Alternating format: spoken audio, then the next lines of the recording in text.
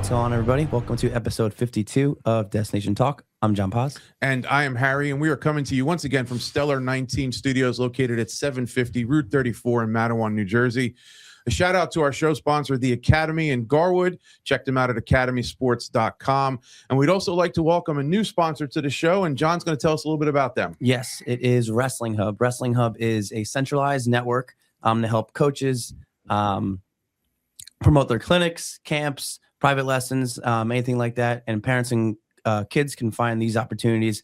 You can follow them at wrestlinghub.official on Instagram. Well, we're excited to have Wrestling Hub part of our family and looking forward to doing some great things with them.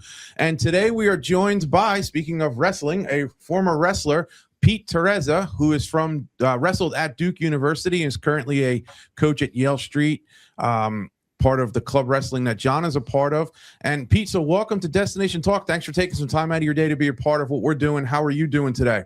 I'm doing great, guys. Thanks a lot. Happy to be here. Well, we appreciate it. So, Pete, for those who don't know anything about you, can you kind of help us out and tell us a little bit about who Pete is?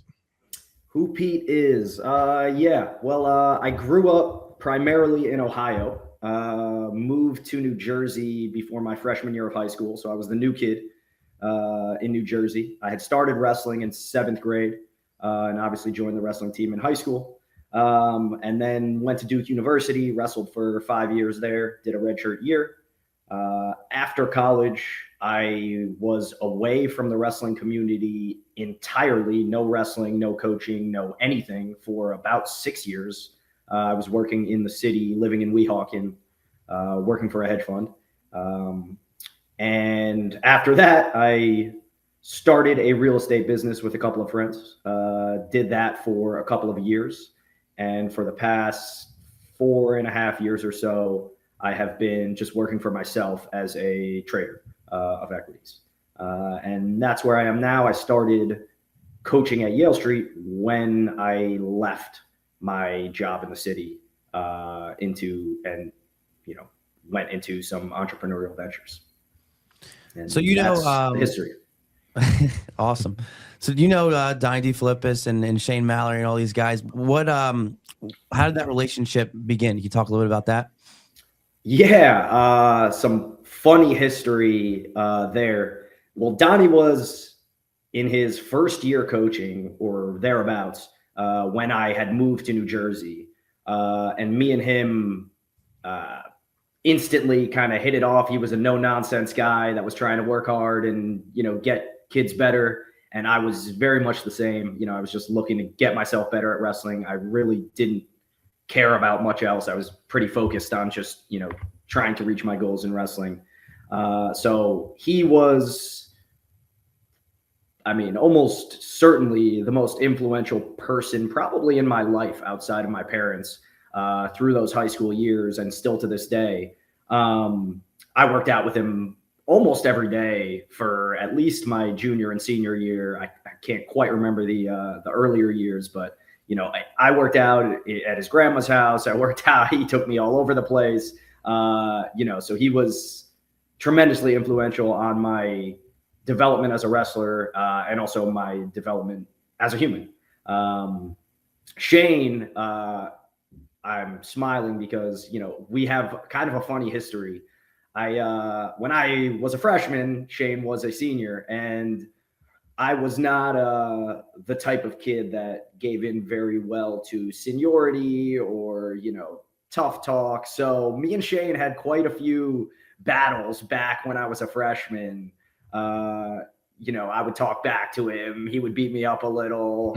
It was a funny relationship, Shane's a great guy. And since, we've grown older, even before I started coaching at wrestling, we always kind of had a mutual respect for each other, even though we used to, talk trash and get in arguments all the time about stuff. There was always a mutual respect because I knew he worked hard. He put in the work. He loved wrestling. He loved coaching. And I was the same. So there was always that underlying mutual respect. Even after college, we were playing pickup basketball all the time together. There was like a little bit of a league that we were in after high school and college. And then now that we're coaching together, it's great because I can see him pretty often. And, it's just funny to look back on how our relationship has evolved, and we still have some of that, which is great too. Some of that banter, and it's great. So that's yeah. So, Pete, I believe you said in your intro that you started wrestling around the 7th grade. What was it that drew you to the sport? And technically, a little bit later than most people kind of get started, I guess, these days. But what was it about wrestling that was appealing to you? Yeah, definitely later for today's day and age, and it was still later than most successful wrestlers back in that time as well.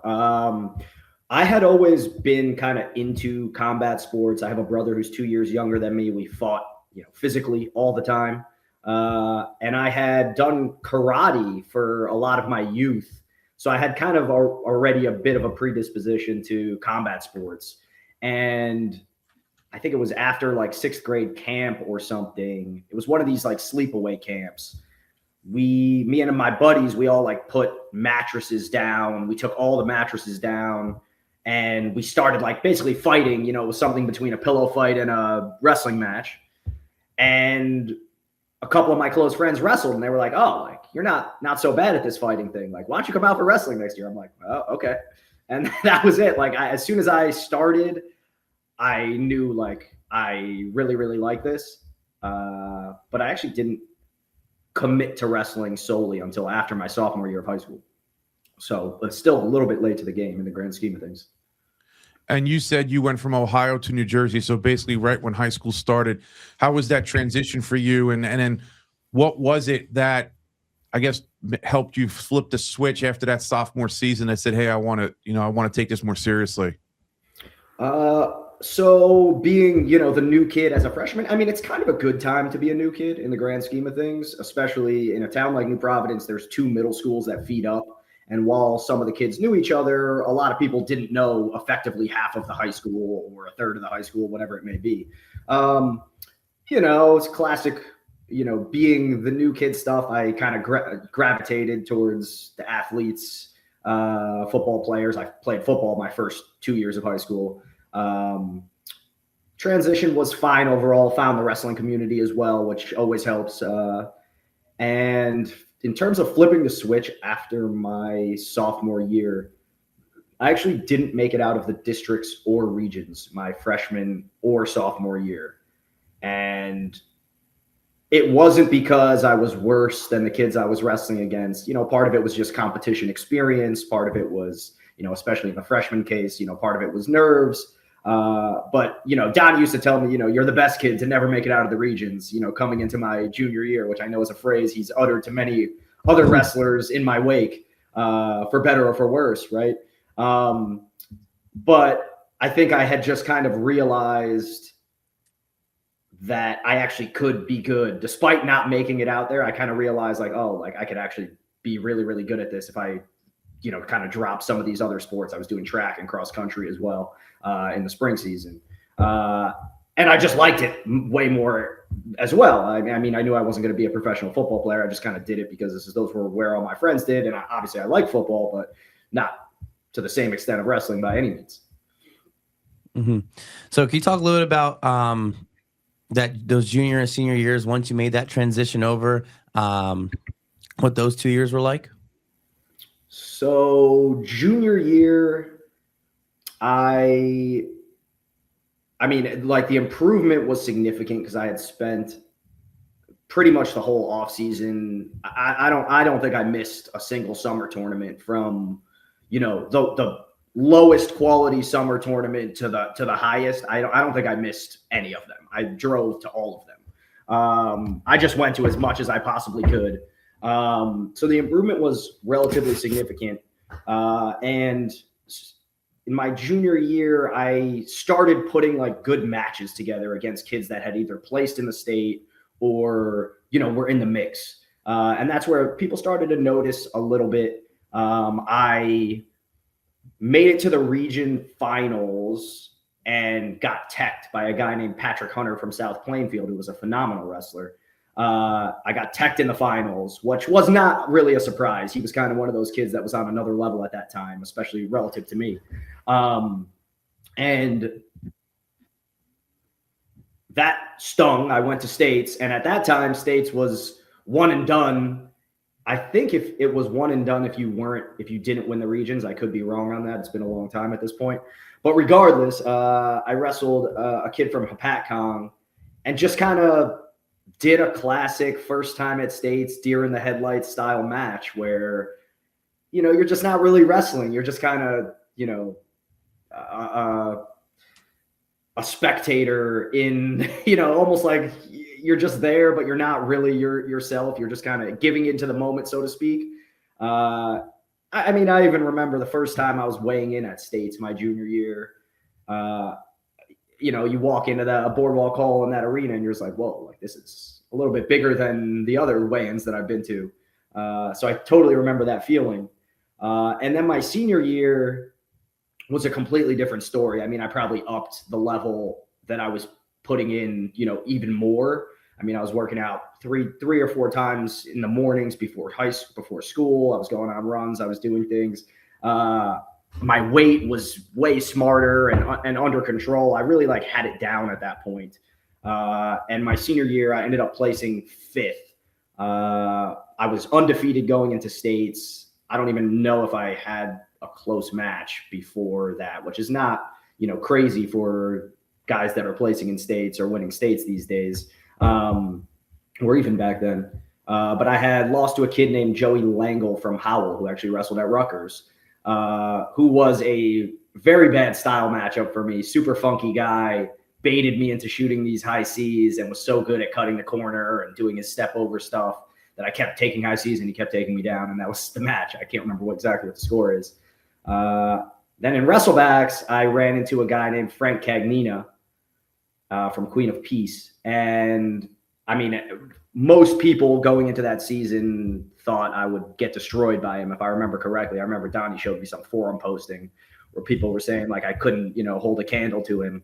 I was beating him maybe by a takedown or two. And I ended up getting cradled. He got me in a near side cradle with, 35, 40 seconds left in the match. Stuck. And that was it. Then, ended up wrestling for fifth sticks. What do you think though, the key factor was between, either mentally or physically that really flipped the switch from your sophomore and junior year and then your junior senior year? What was that like, that key factor that really made that switch for you mentally or physically or both? Definitely from just a physical perspective, the training regimen and the weight cutting regimen was way better. Did very stupid weight cutting stuff for the first 2 years of high school and maybe even a little bit in the third year, if I can't quite remember. So from those factors, it was obvious, right? And then I think just confidence, right? You have confidence. The only way you get confidence is by putting in the work. And I had just known by the time my senior year came, I did everything that I was supposed to do. I did everything that I was told. I was putting in all the extras, all the little pieces I could pick up. And I knew I wasn't, stupid. I was aware, all right, a lot of the people I compete against have been wrestling for longer than me. That you have to find some edge elsewhere. Mm-hmm. And you can. That's the beauty of this sport is you can find edge elsewhere. You can get stronger, get faster, manage your weight better, have more energy, be more strategic. There are things you can do to kind of bridge that gap. You find yourself now as a coach in the sport that you competed in. And I'm interested because you brought up, one of the things that you realized was, the cutting of the weight and all that stuff. So how do you approach that today when you hear about kids that are younger cutting weight? What's your stance on that as a coach today? I think at the youth level, the concept of cutting weight or really worrying about weight in any significant way is quite a bit misplaced. When I hear about youth kids cutting down, it just doesn't make a lot of sense to me. Obviously easy to say in hindsight, and everyone's trying to get that competitive advantage, and I understand that. But I think you could say, I think I could say this broadly about just youth wrestling from the 6, almost 7 years that I've been coaching now. There's just a little bit too much focus on the short-term outcome. I mean, I don't think there's. It would be kind of silly to me for people that coach, for coaches that anticipate actually helping a kid throughout the course of their entire journey to put so much weight on the short-term outcome. And, not to mention, I'm not a scientist, but the health ramifications of, mismanaging your weight early when you're supposed to be, growing and giving your body the nutrients you need. I think it's pretty ridiculous, to be frank. Do you think at the youth level there should be a little bit more, I don't know, a give or take, so to speak, to allowing wrestlers to be within a couple of pounds of each other to maybe offset this pressure these kids are feeling? I don't think that I like the goal of what you're suggesting, but I don't think that actually solves anything. If you give a couple pounds here or there, then they just do the same thing, but go a couple pounds here or there higher. Right. Mm-hmm. Can you talk a little bit about your time at Yale Street so far, and what the club is like, and what you think, club wrestling has turned into? Because when you were younger, there wasn't really much club wrestling. Now that's kind of the big thing on the scene. Yeah. Let's see. When I was in high school, just to start, the Edge was the only really club I knew of living in New Providence, and I wasn't super piped into everything. And then I think Iron Horse started coming around. There were like a couple others, but Edge was the only one that mattered. At least that was my perspective back when I was in high school. Nowadays, seems like kind of the Wild West. There's quite a lot of clubs everywhere. I don't pay that much attention to the scene. I'm not that interested in the politics of it all. I really am someone who I just care about the wrestling and finding worthwhile kids to help get better and not make the same mistakes that, we've all made throughout our careers. In terms of Yale Street, I mean, Yale Street's awesome.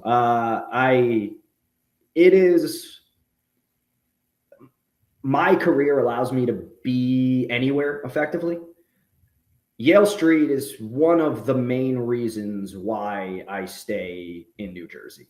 The community, the coaches, the kids, I think are something that I can't replace, something that I certainly couldn't have if I continued down the career path I was going down for the first 6 years of my career.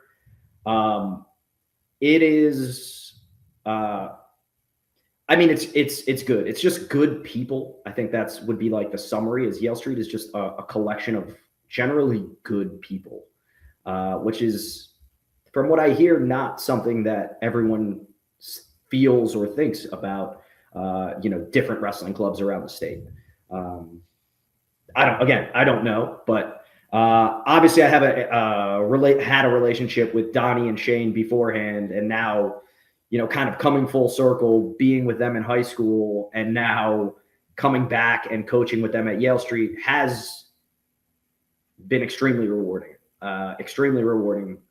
And I'm very, very happy to have them. And not to mention, obviously now forming a relationship with you, John, as well as, Coach Dan. I mean, I absolutely love the coaches. Everyone has their own flavor as to, one, how they wrestle stylistically, how they show things, how they approach coaching philosophy.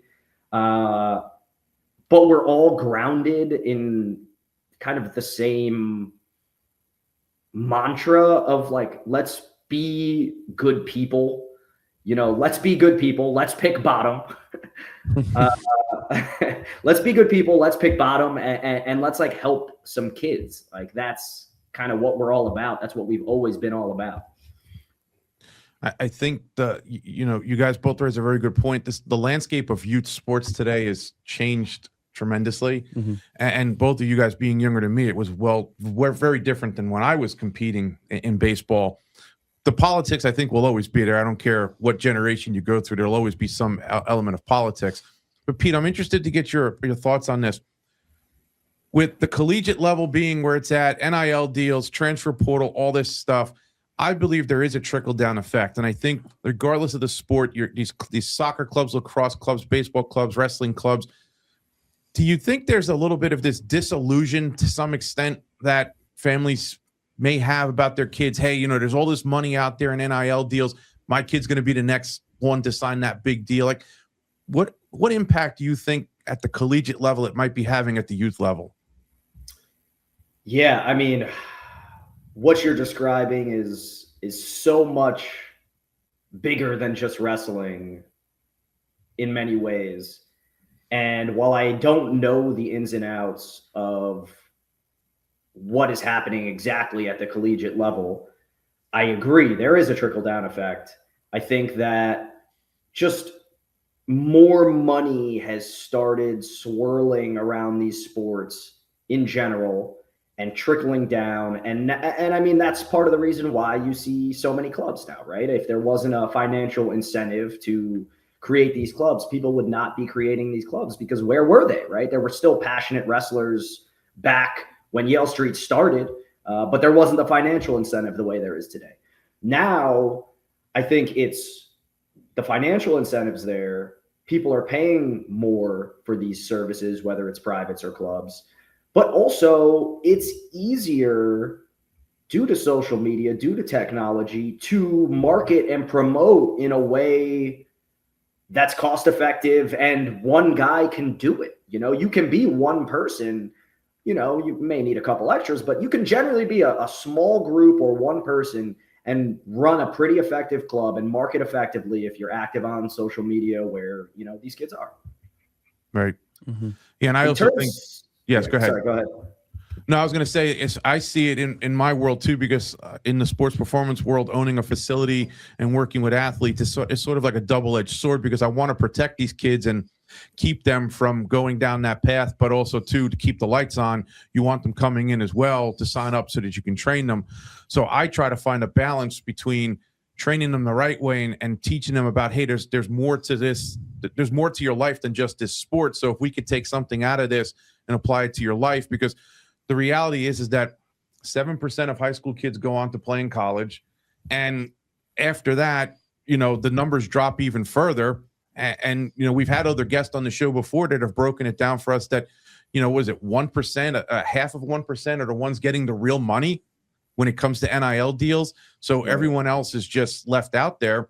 And just recently, St. Anselm College, which is a Division II program in Manchester, New Hampshire, they just made the decision to forego Division II after this season. They're dropping to 3 because they feel collectively as an institution they cannot compete with the NIL deals, the transfer portal, and they feel like they got away from what their mission was as a school from an athletics perspective. So I think at some point something's going to have to happen here, and it's just my personal opinion. If there isn't some, I don't like to use the word regulation too much, but something's going to have to occur to sort of put this into its place, because I think we're going to get to a point of you're going to have Division I, Division III, and a lot of kids are going to miss out on an opportunity to compete at the next level. Yeah, I definitely agree it's gone too far. I'm not sure what the solution is. I think what we're seeing, not just in wrestling, but as a society, like, I'm a capitalist. I'm as capitalist as they come, but something has gone too far, both in the wrestling community, and we're seeing the impacts of it right now, as well as, other areas of life in terms of, wealth gap, et cetera. And I'm not, someone out here saying, we should all be equal. We're all equal. That's not what I'm here saying, but I think like it has gone too far. And I don't know what the solution is at this point. Mm-hmm. So between today and back when you wrestled, what do you think that generational gap is between social media being a really large presence between when you wrestled and today? I think the psychological impact it has on kids is a big detriment to their progression as a wrestler and as an athlete.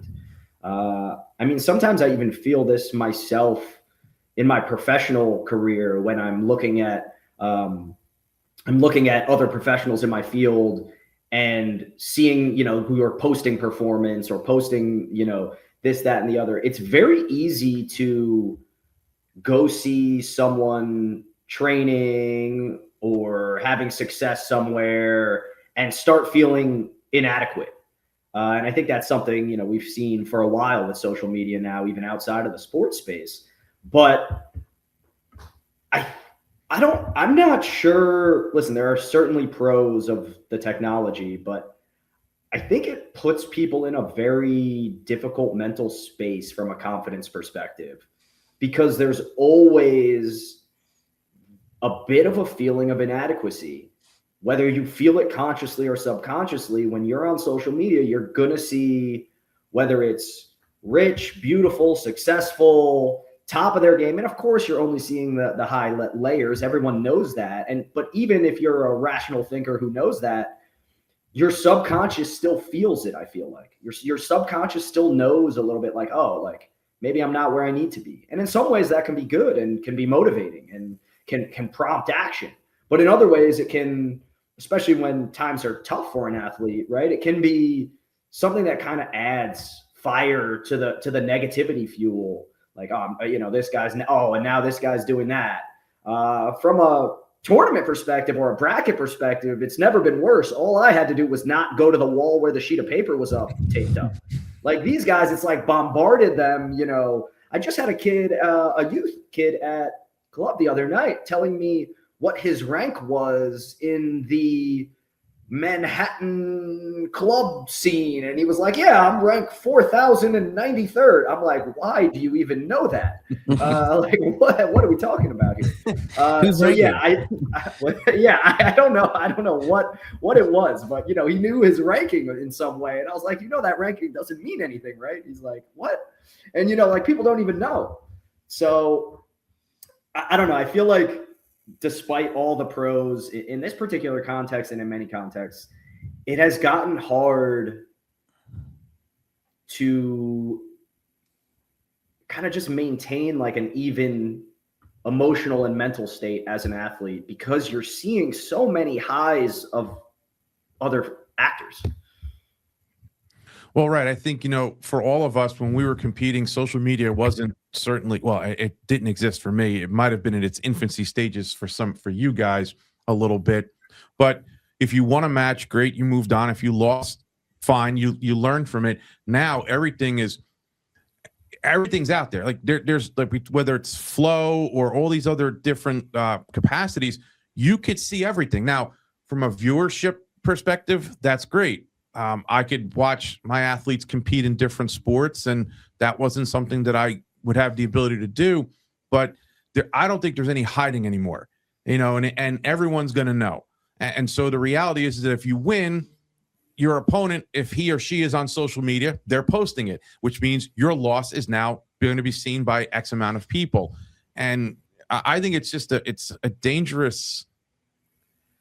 It's tough because we use social media in this element to promote what we're doing and to highlight athletes I've worked with. I've certainly used John many times in promoting the work I've done, but it was, for me, I always treated it as it's a celebration of the people I'm working with. And if the long-term effect is, hey, it gets me a new client or gets me some notoriety, great, but I want to celebrate the work and the accomplishments that the people in front of me have done. I don't think that's something that everyone is doing, unfortunately. I think it has other motives behind it.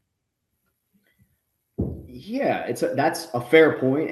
I also will say, just to kind of play devil's advocate with myself, right? I think from a sheerly technical perspective and growth of the sport perspective, we have seen massive growth from a technical perspective because everything is on film now. Right. I mean, you can learn whatever you want about any moves, any positions. If you're willing to go just do a little searches, you can even have AI go searching for you and they can find stuff. And so I think that's one pro of what we're seeing is just the proliferation of good technique. And I think it's it can be, it's obvious from just the level of the sport generally, but, especially just looking at, how well some of these freshmen are doing in college these days, right? Pete must have been talking to Dan recently, because remember, Dan brought that up on his episode. He was completely baffled that with technology, now this is a positive version of it, right? With all the technology that's out there, why aren't these younger kids going back and watching the guys before them to see what they did to be great? I know he was very big on that. So Pete, I'd like to go back to talking about you a little bit. And so you go from high school to college, you now end up wrestling at Duke. Can you take us a little bit through that process, how that came about for you? Yeah. I had known going, as I was reaching my senior year of high school, I wanted to wrestle Division I, and my parents were not going to let me go to a quote unquote not good academic school. That was kind of their exact words. They were like, fine, you can go to whatever school you want, but it has to be a good academic school. I was like, all right, well, it has to be Division I.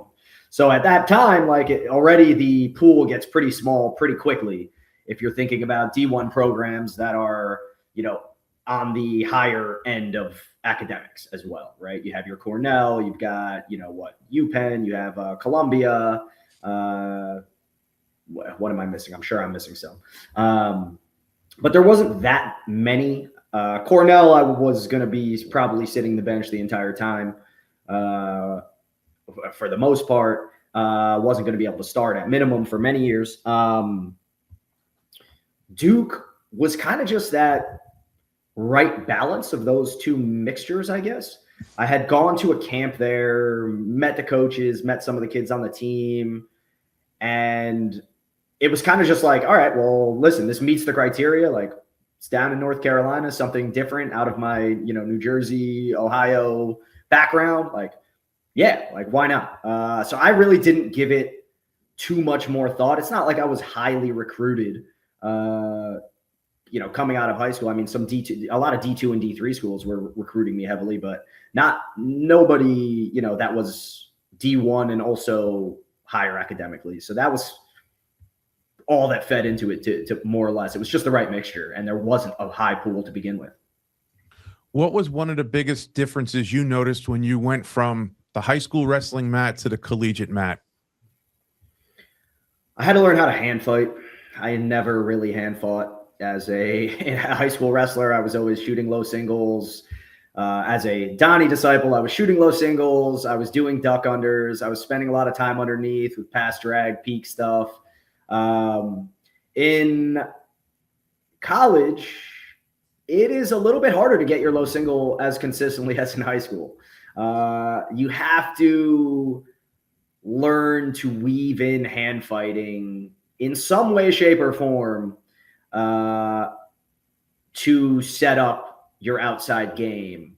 I mean, you don't have to, but you kind of do, especially nowadays. I mean, even I always, right now, someone who comes to my mind as I say this, Brock Hardy does a great job of mixing a hand fight in with level change low single, and he'll go hand fight, then he'll reach, drop, low single. And that's nowadays I'm all about, from a coaching perspective and even a wrestling perspective, kind of weaving things together in a way that I never really appreciated when I was competing. But I had to learn how to hand fight, and everyone was in better shape. I would say those would be the two biggest things. Shape was an edge of mine in high school. It was not an edge of mine as much in college. I'm going to steal this one from you if you don't mind. Go ahead. Because you asked it in a previous episode and I liked it a lot.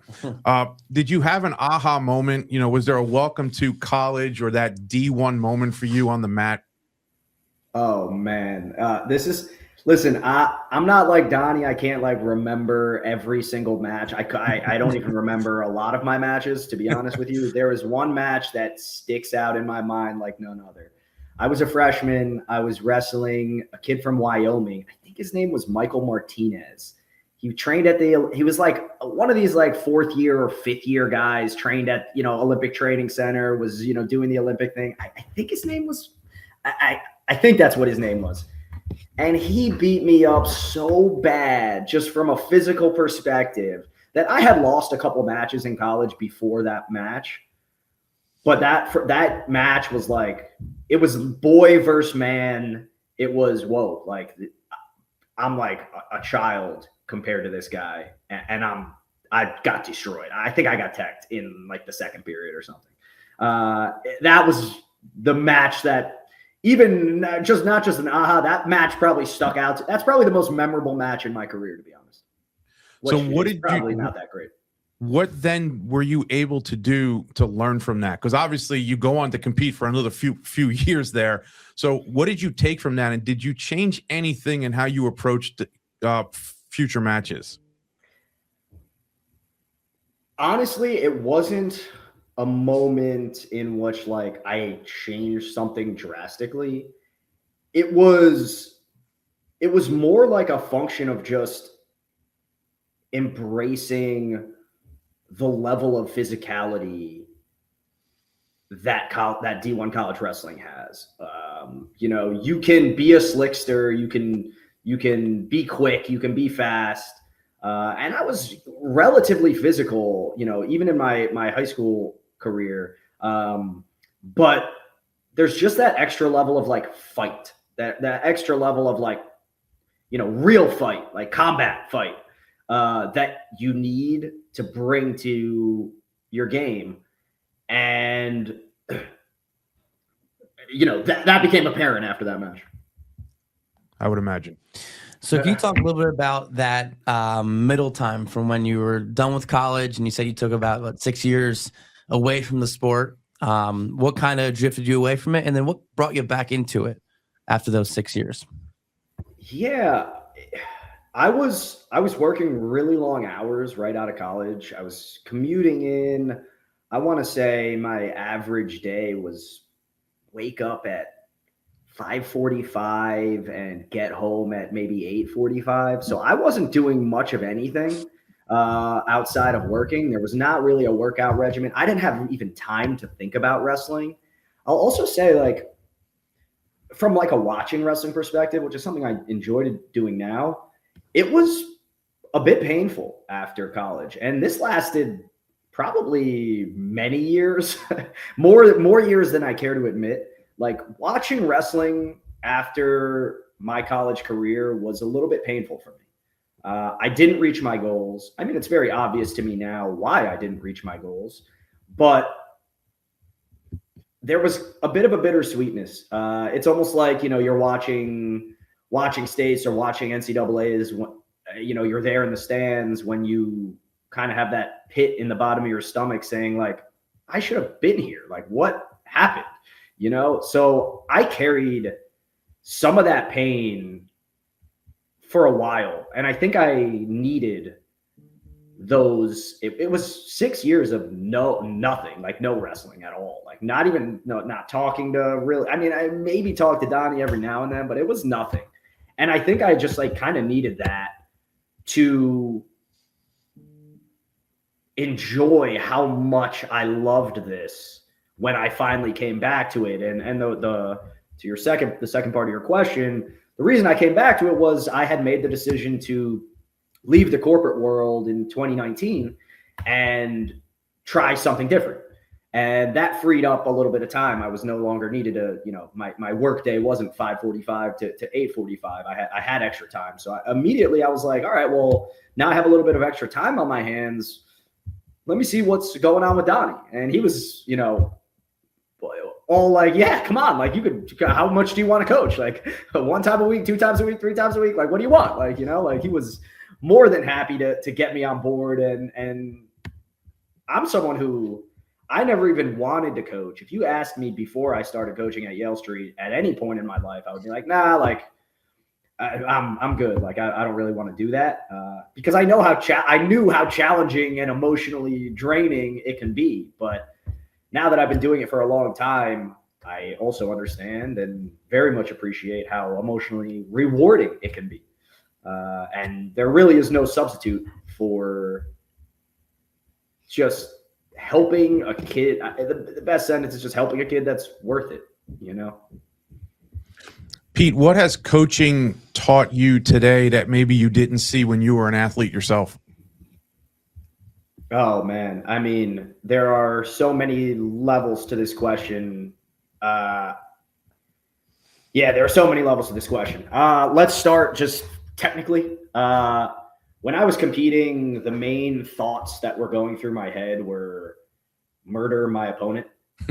I never appreciated or was actively thinking about strategy, combinations, styles, different ways of opening people up, different approaches given X, Y, and Z stance, X, Y, and Z ride, the whole strategic aspect of combat sports generally. I never thought about when I was competing, which is completely moronic. And now that I'm a coach, it's the only thing I think about. It's the thing that I love the most about wrestling and combat sports is just like the strategic nature of it, especially nowadays, where, as we discussed, like technique itself has become somewhat commoditized. I truly believe, like, yes, good coaches can show technique, but like anyone can find any technique now if you're trying to look for it. The edge is building a game smarter, building your technique base in a smarter way, and then using that against, against what your opponent's throwing at you. At least this is my perspective. So from a technical perspective, I really wish I could think about the sport in more of a strategic way back when I was competing. So from a mindset perspective, I mean, nowadays it's like the most important thing a coach can do is foster self-confidence and self-belief largely.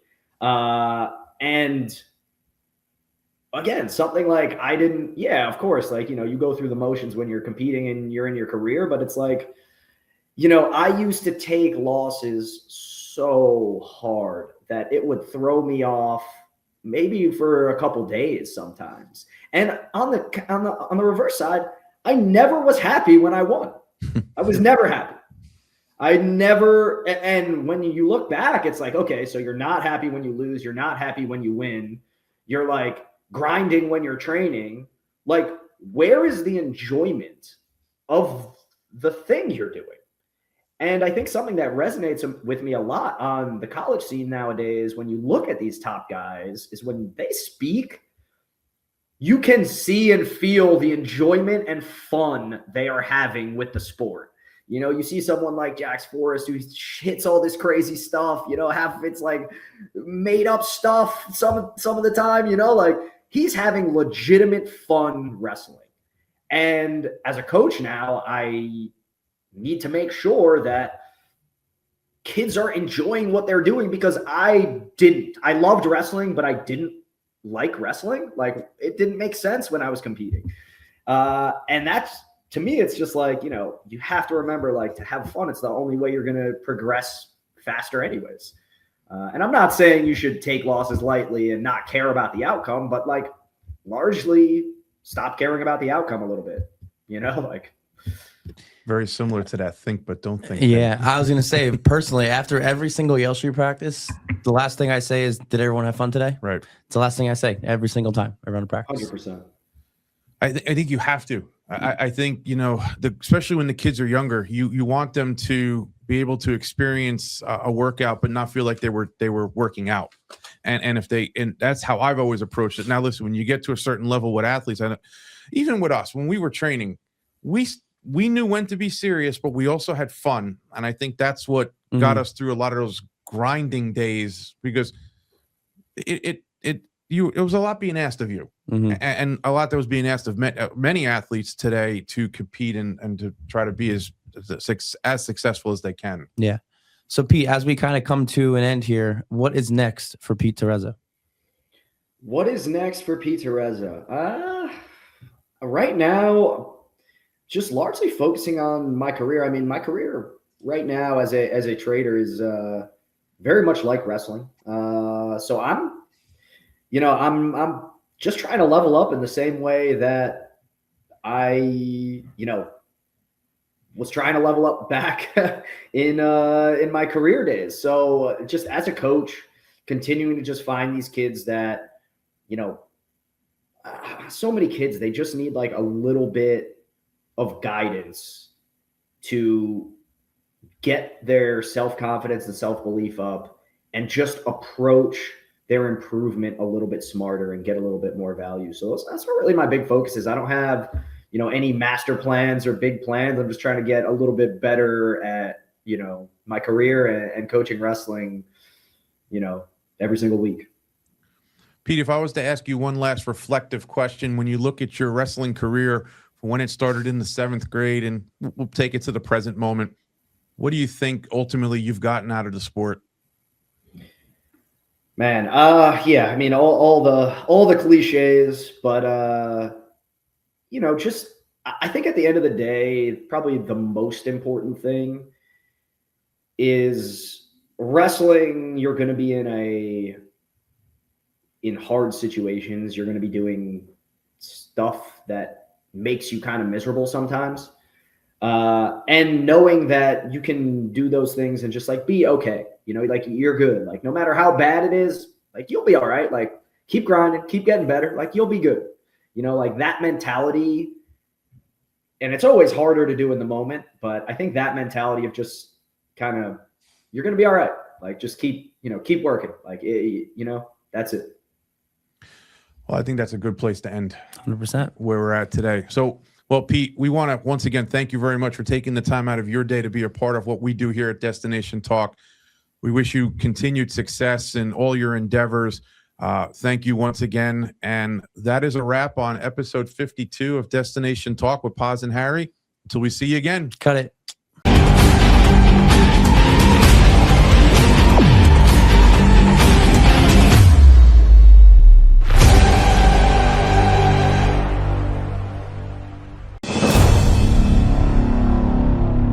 Mile 21 Media.